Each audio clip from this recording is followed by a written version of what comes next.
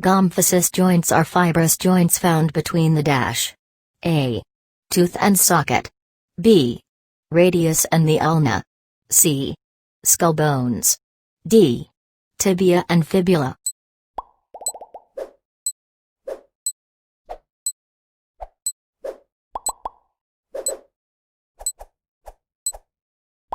The answer is A. Tooth and socket. Gomphosis joints are fibrous joints that attach the root of the tooth to the bony socket of the mandible or maxilla. Both the tibiofibular joint and the joint between the radius and ulna are syndesmoses, while the joints between the bones of the skull are sutures. Dash type of joints make up the majority of the joints of the human body. A. Amphiarthrosis. B. Synarthrosis. C. Synovial. D. Fibrous. E. Cartilaginous.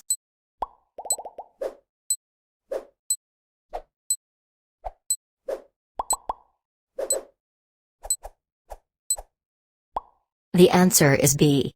Synovial. The majority of joints of the human body are synovial joints. These joints are diarthrotic and include a synovial joint capsule that allows for greater freedom of movement. Examples include the fingers and the elbows, the knees, the temporomandibular joint, and the hips.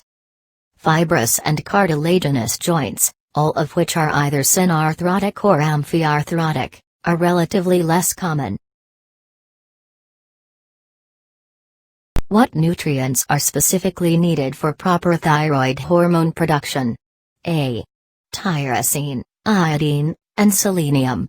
B. Iodine and manganese. C. Methionine and magnesium. D. Iron, manganese, and biotin.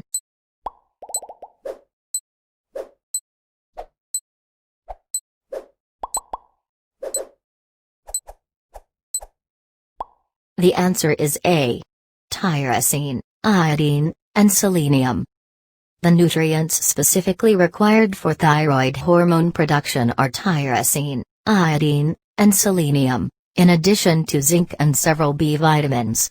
While magnesium, manganese, and methionine are all essential for metabolism and overall hormone production, they are not direct substrates or cofactors in the production of thyroid hormone. What is selenium's role in thyroid hormone production? A. Conversion of phenylalanine into tyrosine. B. Synthesis of T3. C. Conversion of T4 to T3. D. Synthesis of T4.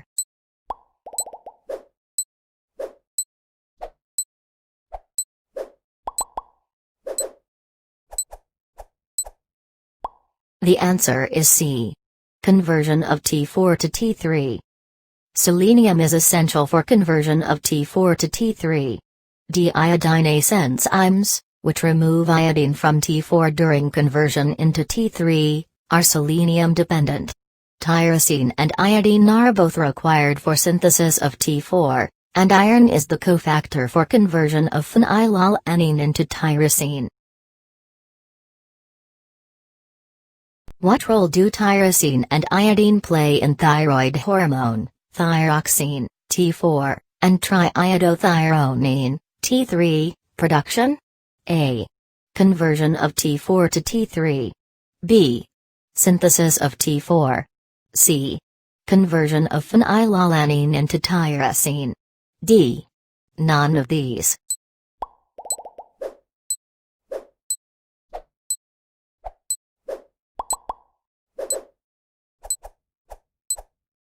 The answer is B. Synthesis of T4. Tyrosine and iodine are both precursors for synthesis of T4. Selenium is essential for conversion of T4 to T3, and iron is the cofactor for conversion of phenylalanine into tyrosine. What hormone is produced as a response to rising plasma calcium levels? A. Thyroid hormone. B. Calcitonin. C. Parathyroid hormone. D. Cortisol.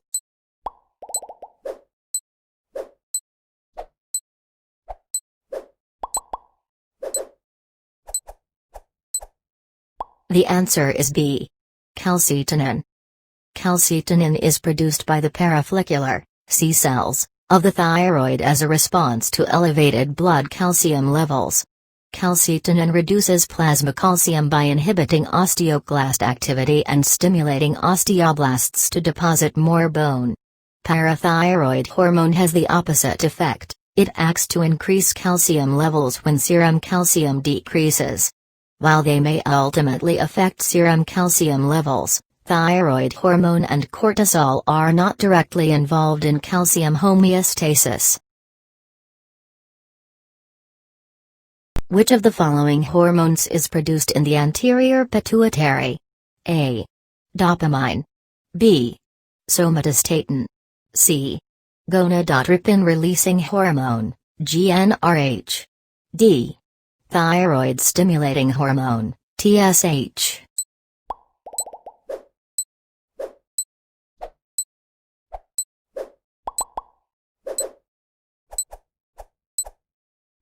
The answer is D.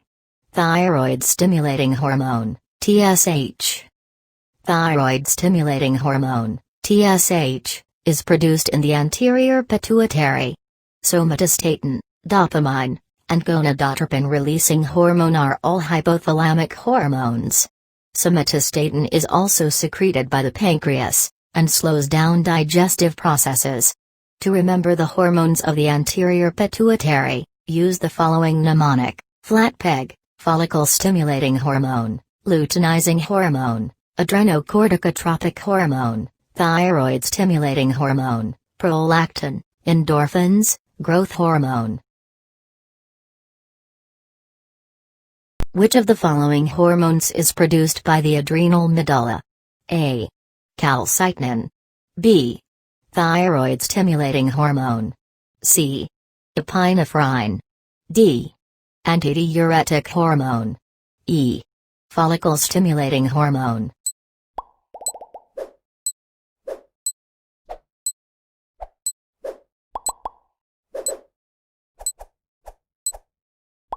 The answer is C. Epinephrine. Epinephrine is the only hormone of those listed that is produced by the adrenal medulla. The adrenal medulla is the center of the adrenal gland. Antidiuretic hormone is produced by the posterior pituitary. Calcitonin is produced by the thyroid. Thyroid-stimulating hormone is secreted from the anterior pituitary, as is follicle-stimulating hormone. Which of the following hormones promotes uterine contractility during and after childbirth? A. Oxytocin. B. Progesterone. C. Estrogen.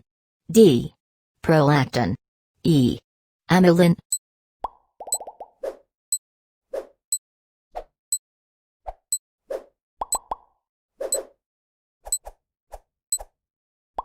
The answer is A.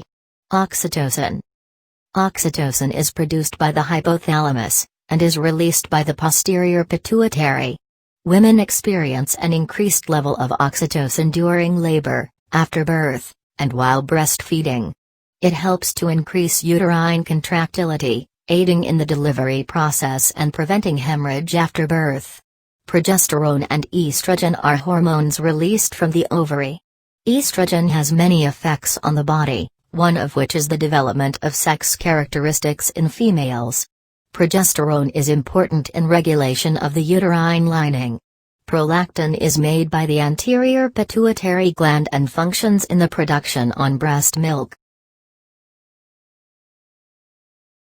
When blood calcium is low, the parathyroid glands release parathyroid hormone. In response, A. The intestines absorb more calcium from food. B. Calcium is released from the bone. C. The kidneys excrete less calcium into the urine. D. The kidneys absorb additional calcium that is filtered from the blood. E. All of these.